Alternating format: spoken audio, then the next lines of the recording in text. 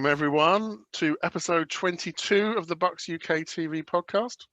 I am back. Thank you very much to Alex for deputising in my absence. We've given him the second chair tonight in recognition, and that's in recognition of a record-breaking episode.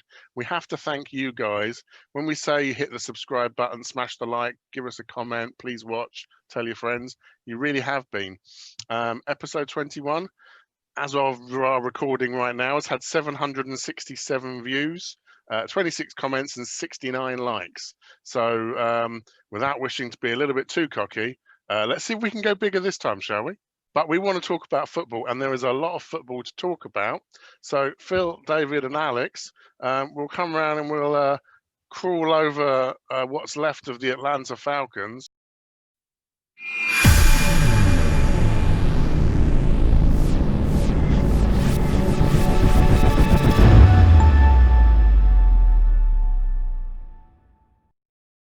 I mean, the final score probably doesn't do it justice. I think we were a little bit worried, weren't we, Phil, at one point in the game? Yeah, we started off like we all thought, oh wow, we're continuing on from the Lions game, and we thought, well, here we go, we're off, and we're going to play two halves. Nope, that just didn't happen. We set off with a gallop, and then we dropped off as we normally do. But fortunately, we picked it up again. But yeah, I was getting very concerned, I'll have to admit. Alex, was the result ever in doubt in your mind? Only in that third quarter, ever so slightly. It was that interception where I just thought maybe the game's about to turn. But for the first, second, and fourth quarter, I thought we were incredible on all sides of the ball, and absolutely terrific performance from the whole team. And David, any reflections? Yeah, I mean, early doors we started off offense again, really fast, really good, looked absolutely great, taking the ball down the field. Falcons equally moved the ball down the field, and it was only the fact that our defence was sort of bend not break that we held them in the red zone for a couple of field goals early on. It could have been a real shootout, but thankfully we got our noses far enough ahead that when they did fight back a little bit in the third quarter, that we had enough of a lead to keep going. Fourth quarter, we put the foot down again and just blew them away, which was fantastic. Absolutely, and that was about the offense, wasn't it? So let's come on and talk about them first. Our record-breaking point scoring, 40 touchdowns for Brady in the air. They've done a fantastic job. But just this game specifically, David, we'll stay with you. What were your highlights on offense?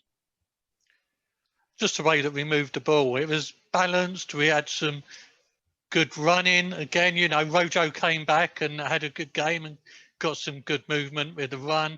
Play action was there. Brady was just, the last 4 games of regular season, he's just been absolutely outstanding, hasn't he? He's really picked out the receivers so well, spread the ball about.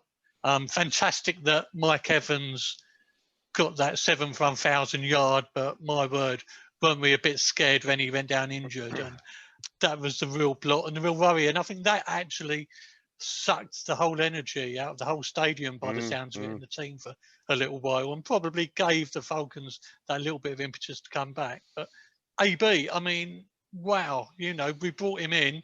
Everyone was, I suppose, has had a little bit of a question mark over him and did we need him? But actually, if you think about it, if Evans goes down, what a guy to have there, and didn't he play? It's going to look like sort of 2020 hindsight before the event, isn't it? Everyone's going to be, if we can make a great run, people will turn and look at that decision to bring him on board and the way it's played out, because it was risky at the time. And you're right, I think they will point towards that as one of the big building blocks. Alex, do we know the latest on Mike Evans? He's been up and moving, hasn't he?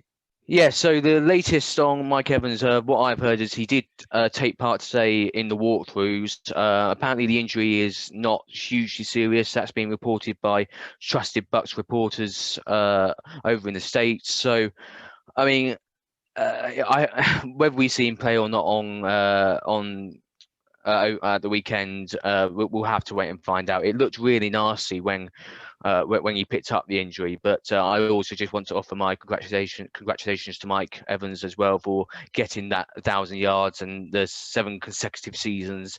You know, it only pairs to that in NFL history, and that's a future Hall of Famer coming in right there. So it was great to see him do that. You know, David mentioned Antonio Brown, another player that we need to mention is Chris Godwin as well. You know, Antonio Brown stepped up, and Antonio got 138 yards, and Chris Godwin got 133, and they both got 2 touchdowns. So that's a 1-2 punch with Godwin and AB was sensational.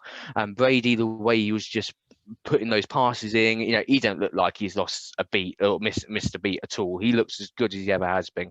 And then there was that interception, which I don't put on Brady at all. You know, I think Scotty Miller should have caught that. The ball was right on point. I don't know how that ball didn't hit the ground though. You know, looking back at the replays, it seems to bounce off Scotty Miller's arm into the air, and then the Falcons turned it up. It was quite a peculiar play, but in terms of the passing game, offensively, I thought we were great, and I did feel for Rojo because you could see he wanted those 1,000 yards, and it just didn't quite. It just couldn't quite get there. The commentators were saying about how isn't it great that the coaches, you know, are happy to get all these players their yards and get their bonuses, and then we never gave them the ball again. No. And you mentioned about Scotty Miller. I think a couple of people I was talking to were saying, you know, well, that ball in the back of the end zone, was it going for Miller? Was it going for AB? Because basically AB was just stood up in front of Miller and caught it. And poor Scotty, actually, I think he reacted brilliant. I went back and watched it again, and he just stood up, big grin, and slapped AB on the head. You know, I think that was a classic team play. Phil, we haven't mentioned the O-line yet. You know what? I was just sitting there thinking. Because you keep saying about keeping Brady on his feet. Well, when Brady first joined here, the Bucs, I kept saying, you know, he's a winner. He's brought this winning mentality to the Buccaneers, but we've got to keep him standing up. You know, you've watched him play for New England. As long as you can keep him healthy, as long as you keep him standing up, he'll pick you apart. No danger whatsoever. And that's what I've got to say tonight. I think the O-line has stepped up, and they are, and we're seeing Brady at his very, very best now, picking apart. And apart from all this, I honestly, Antonio Brown's the one that stands out for me. He came here with a lot of baggage on his back, and as the weeks have gone by, he's proved him to be the player we always hoped he could be. You know, and he really has done exceptionally well. And everybody keeps forgetting we've had no preseason, we've had hardly any training camp, and this offense is now clicking into gear. And I'm a great believer, if you've got an offense that clicks into gear round about now to go into the playoffs, you are a danger. There's loads of teams I can go through that have got to the Super Bowl, being wild cards, not playing at their stadium, but clicking into gear at the right time. And we are clicking into gear at the right time. I don't think Brady, even in the Patriots days, has had weapons like he's got in front of him.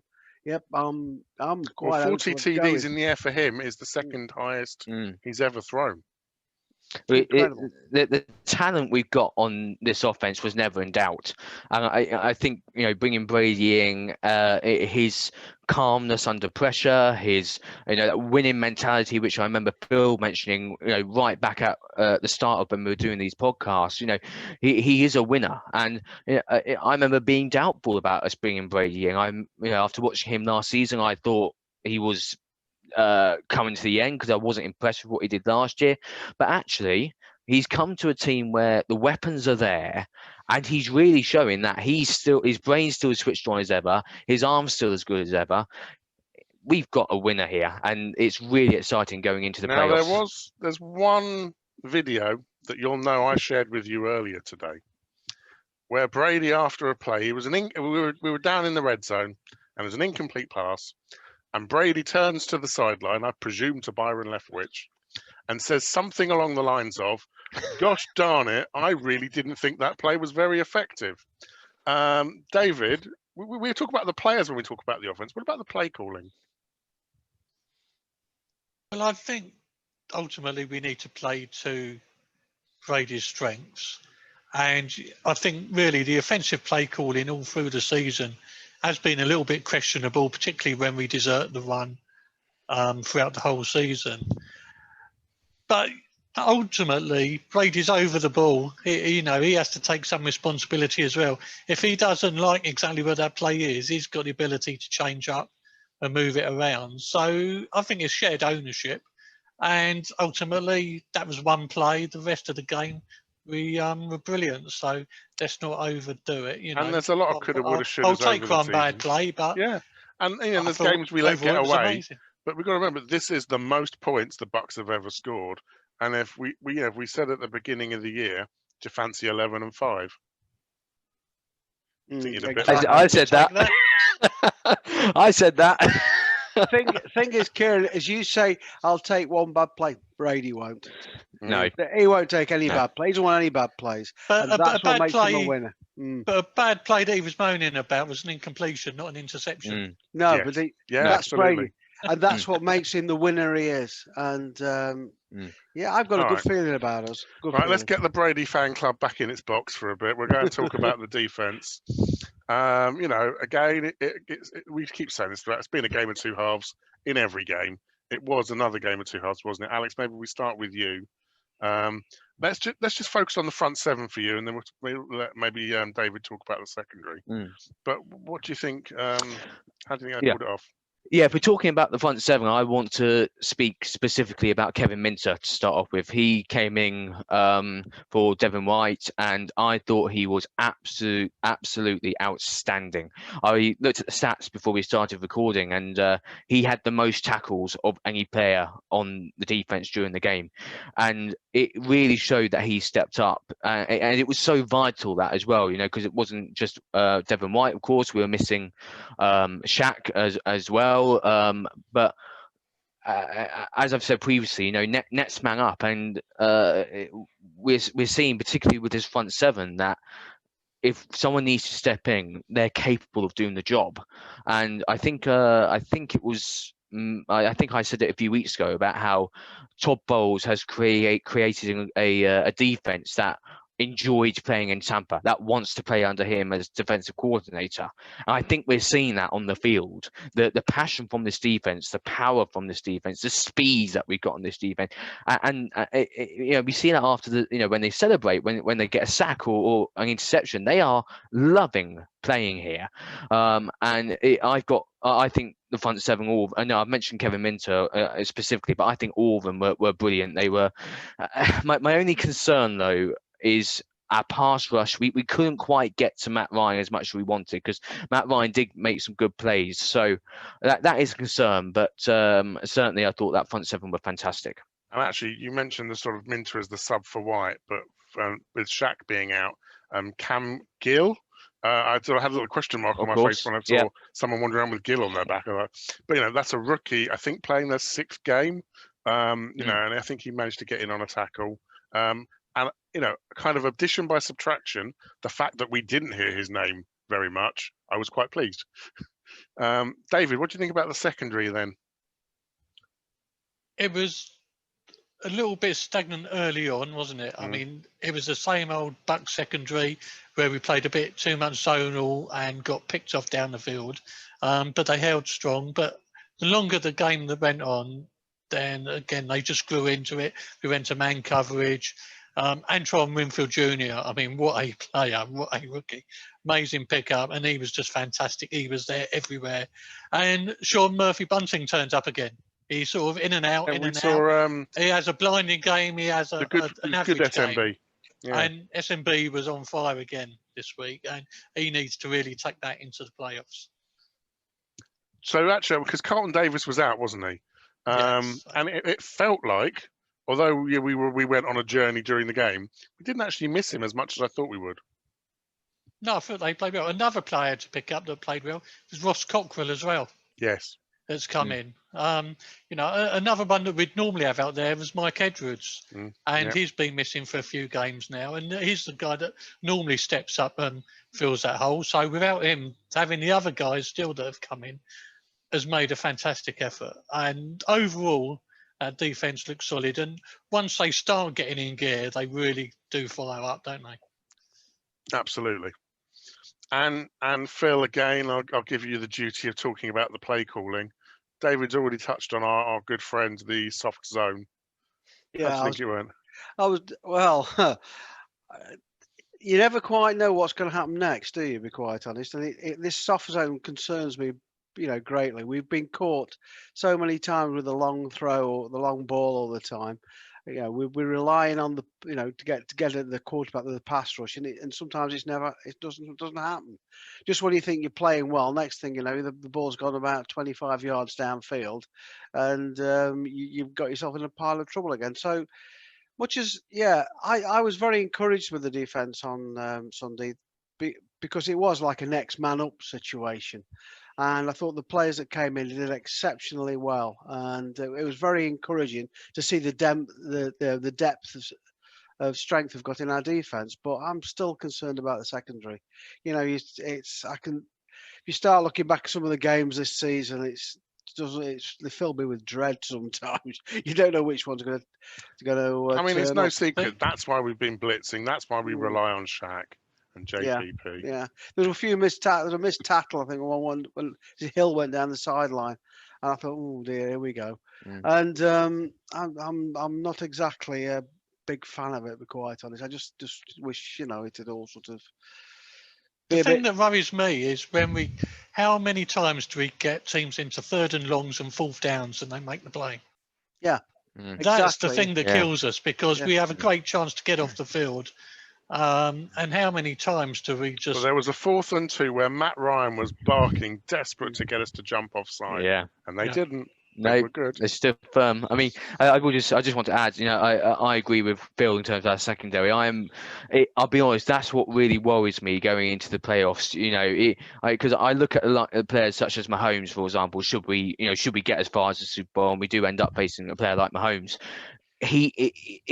I remember when we did the preview for the game against Kansas, and Kieron, you asked me how do we stop Patrick Mahomes? And I said we need to pressure him. We need to get to him. I remember a few people smirking at me about that. And then when I watched the game, second half, we eliminated Mahomes from the game because we brought the pressure to him. Whereas when we were playing that zonal defense in the first half, he was having his way against us completely. So for our secondary to really step up, we've got to get rid of that zone coverage. If we play man to man, I think our secondary is as good as any secondary in the league. It's when we switch to zone that I have a big concern. I think as well, we do we've often talked about this in the past on previous podcasts. We seem to have plan A and no plan B. But I just got the impression on watching the last few games, we've had variations of plan A and still no plan B. And if we're going to go all the way, we have got to have a plan B, because you can't just go into a game and then not want to change it. Because speaking of going all the way, that's a good segue into special teams, which I've been reliably informed by Ian could be the shortest discussion we ever have on special teams. I think he was more hopeful than we're truly expecting. But, special teams, maybe David, if we start with you this time. Oh, well, first thing, it was good to see Suck Up make all his kicks. After the week before, we didn't want to see any doubt put in there again with our kicking game. So that was the absolute positive for me. Other than that, special teams, as we say, the thing is just not to make mistakes, and they didn't really do that. So, do your job, get in there, get off the field. There was one interesting choice of... sorry, go on. We didn't have a single punt all game. Yeah, I think the only questionable decision for me on special teams was that kickoff that was fielded. Or was it a punt? I can't remember. The returner was unwise to field the ball, shall we say? But other than that, I thought I had an excellent game. B+ from me. And that's saying something. That's the views of us bumbling idiots. But obviously we care about your views as well. We've got our member views, but please do comment on the video. Please do send us either a message or a video. You can WhatsApp us on 07311 212 713, or you can email us to mail@bucsuk.org. So please do get in touch. Thanks, obviously, to Bucs Report, who continue to support us. And Alex, if we can take a look at our member views, please. So first up, we've got Phil, and Phil was saying, feel a little hard done by that we're Saturday, as in playing our playoff game on Saturday, so White can't play regardless. That's the dreaded COVID. The Saints are Sunday and potentially could have Kamara back, but I'm sure they'd be the same the other way around. I'm sure they've got their violins out for us. Hopefully Washington play like they did yesterday, and we should have them more than enough to beat them. Rooting for Bucs, Bears and Rams wins and a home game versus the Rams if we do. We'll come on to talk about playoff permutations after we preview the football team. And then we've got Stu. I might be a bit tipsy, but I love football and the Tampa Bay Buccaneers. So I should add, the last game of the regular season on the BucsUK forum each year is what we call the end of season disco. And the chat, if you can believe it, is a little less relevant to the game than it is normally. And people may be drinking along. And, 3 hours is a long time for a football game. It's even longer if you're like Adam Davis and smashing Jaeger bombs every first down. So, I think he did well to type that without a typo, to be honest. And then lastly, we've got Scott. Well, it got a little bit dicey at one point, but in the end, the quality shone through. Shaq was out, Devon was out, Evans left early, but we still got it done. It's 11-5 and playoff football, baby. Let's hope Evans' injury is not as bad as first feared, and we roll on to playoff football. How good does that sound? I should say, normally when we have our end of year disco, it's normally because we're drowning our sorrows. But actually, knowing there's another game is fantastic. And as Scott says, this is my first year joining this wild and loyal bunch of fans, and what a great season it's been. So thanks for all you do to make this group so enjoyable and welcoming. Scott, you are welcome. You've made some fantastic contributions on the forum. It's been really appreciated. So now we put this regular season to rest, and anything you did, any stats accumulated, they don't count for diddly now. This is sudden death. This is knockout. This is overtime till someone wins. This is the playoffs for the first time since 2007. Alex, I don't think you were even born then. This is about trying to see how the Bucs can do. I'll tell you that. Thanks, David. I'm not that.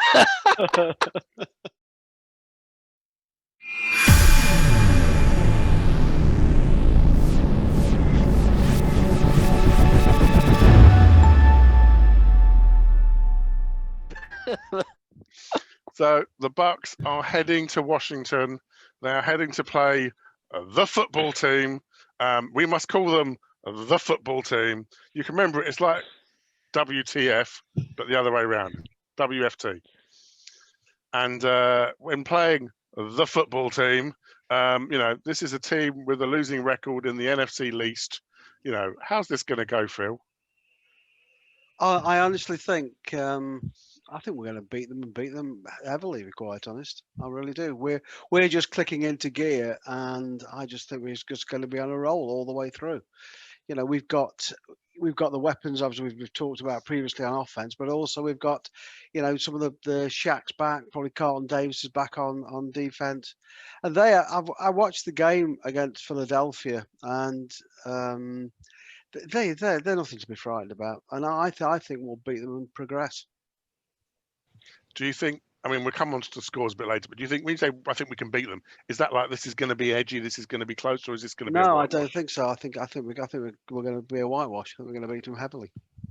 Ah, fantastic. So, Alex, how's your bones feeling about this one? Not as optimistic as Phil's. I think we are going to win, but the playoffs are just a completely different animal to the regular season, and I'm not. It's not Washington that concern me. It's us. We always say the only team that beat us is ourselves, and we've got a few players who have playoff experience in the team, but the majority of this team have never been to the postseason. So I've got no idea how these guys are going to react. Yes, they did well against Atlanta. The pressure was on. We needed to seal that 5th seed, and the team came through. But now now this is postseason football. This is playoff football. It's completely different. So you think there could be like a sort of fear of failure and a clenching up? Well, Yeah. in a way, from what I've seen of playoff games, they're always cagey affairs. You don't normally see an absolute whitewash in the playoffs, and I do think we're going to win. I do, but I think it's going to be a bit closer than Phil thinks. So I'm not quite as optimistic, but I do think we will get the win. Can I just say, one of the reasons why I'm so optimistic is because we have had players that have gone to playoffs, and they are the leaders. You've got JPP, you've got Sue, you've got Brady, of course, and the Gronk. And I think that those sort of players, I keep saying it, the winners will drag all the young kids through, and that's why I think we're going to progress. And I agree with you, Phil. We do have those players there, and while I'm sure they will lead, ultimately, these younger players who have never been there, they've got to make sure they're mentally ready, and we don't know how they're going to cope with it. So, don't get me wrong. I hope you're right. Yeah. I hope I'm wrong. I hope we absolutely smash. Well, David's about to tell us because he's gonna judge between you. Who's got it right, David? Well, we've all got to win. But I think it all depends how well our offence starts off. I think you're right. They're making a lot of noise. They've got quite a good defensive line. They've got speed with the likes of Chase Young. And we all know that Brady, in the jar, you said it. If we protect him, if we protect Brady, keep him in the pocket, protected, and he can make plays, then, our offence is going to destroy them. I think you've summed it up. The minute that we sort of let through and potentially a bit of pressure on Brady or a sack or two, then it can make us twitch a bit. But it's got to be our game to win. Hands down, you look at both offense and defense, we're scoring a ton more points than them. Our defense is overall a lot stronger. If it was played on paper, we'd walk it. Yeah, I think the thing I took from the Falcons game was a quick start. And then we kind of slowed down a bit. But that, to me, that shows we've grown because, we haven't had quick starts all season long. And I think you're right. If we are having to come back from behind against that Washington front seven, I think that could be problematic for Brady because, I think he ran for 2 yards, didn't he, in one play against the Falcons. And I think my jaw dropped. I was like, no, get down. And, so that's not what we want to be seeing. Go on, Phil. I was just thinking, I just want to say a big thank to Chase Young. If ever you want to give us a bit of an incentive this week. As soon as he said that, I thought, really? Thank you. I was going to say, you really shouldn't have said that. I could see that in a big sign in all the meeting rooms, what Chase Young has gone and said, And Arians has said tonight, he said, another 10p coming in. Chase Young, careful what you wish for. Yeah. I wish Arians hadn't have said anything. I wish he just kept it within the team and done it on the field. He's almost set us up now for that battle where I'd just let the other chap do all the mouthing off and we'll just show him on the field. But now Arians has responded. Just up the ante for him to make sure I'm looking for a coin because I'm about to say it again. So other than Chase Young, which other players on the football team are we most worried about?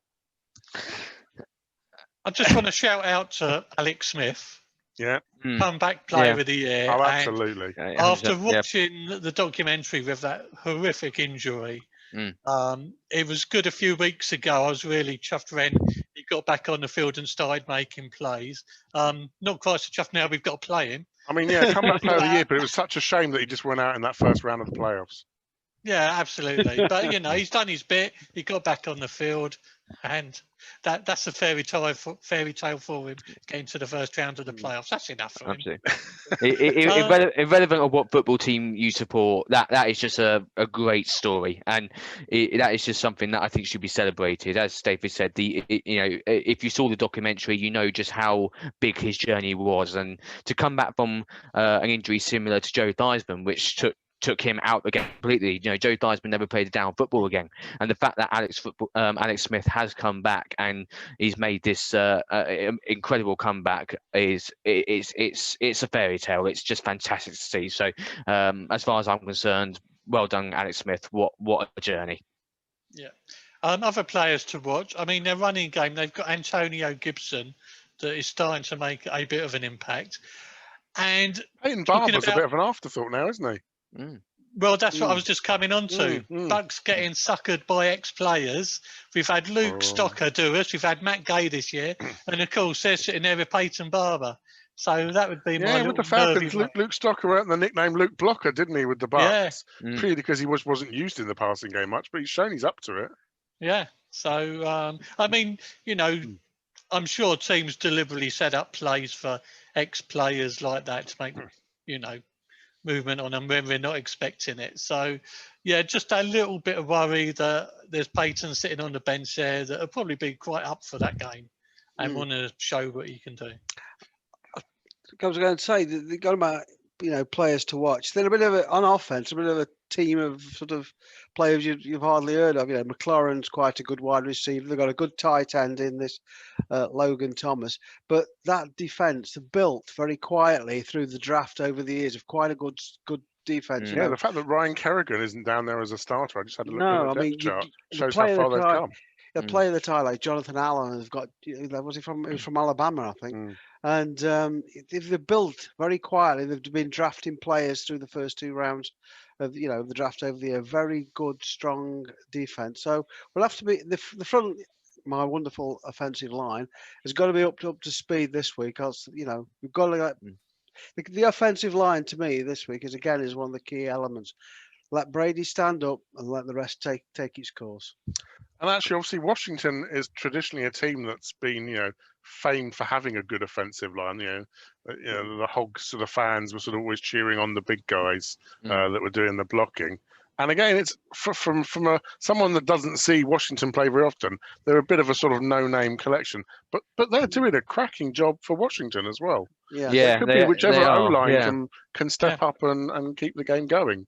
Yeah, it's funny she's mentioned that, Kieron, because for me the players to watch is whoever is at quarterback for the Redskins. If it's Smith or Heineke who's playing, because I'm going to go back to the concern that I have about our secondary. We need to get through that offensive line and stop the pass coming over, because I just fear that is going to be our Achilles heel. So we really need to make sure that we get that our pass rush is ready to go and we get as many sacks or as many fumbles or whatever. We just got to stop that ball leaving the quarterback's hands. So I think Heineke and Smith could be 2 players to keep a real close eye on. I mean, McKissick has actually stood up the last few games as well. He was a late addition to my fantasy team and actually he scored a lot of points in the last few games. So he's definitely one player that's in form. And the bit we didn't do earlier, because I think it makes more sense to do it here, it's time for our magic wand again.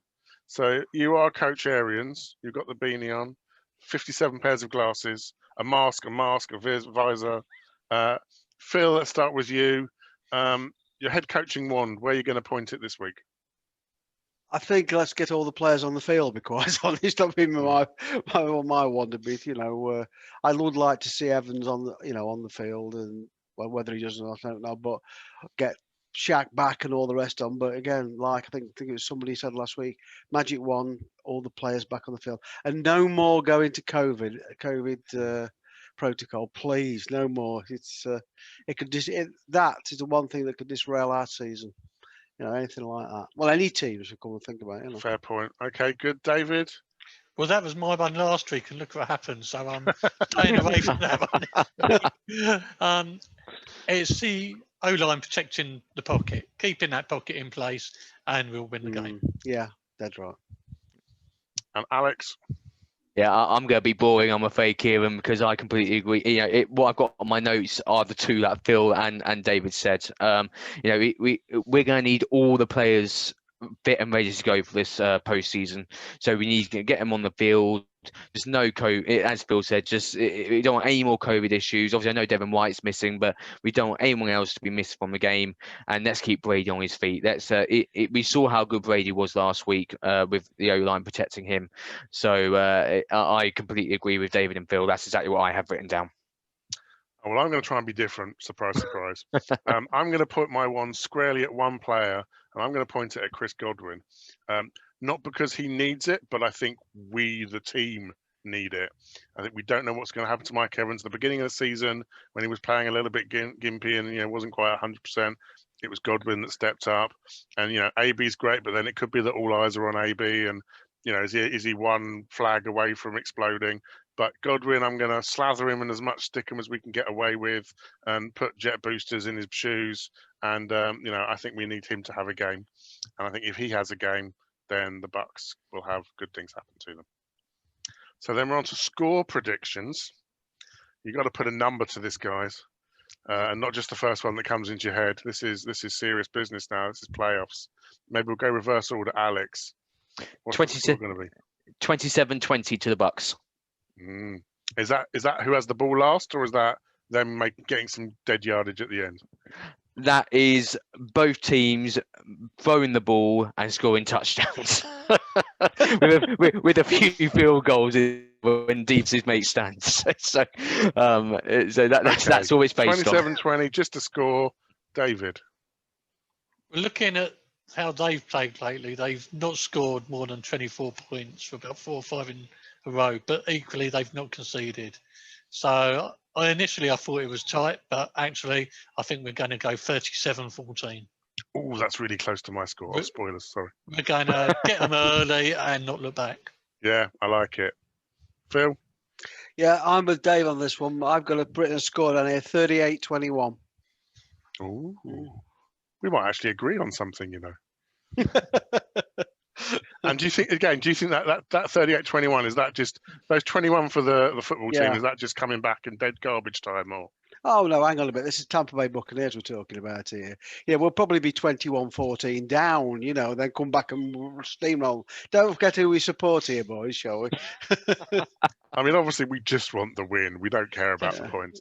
No. I think 35-17. And I think the first half will probably be all even, having started slow and then had to come back and dig ourselves out of a grave.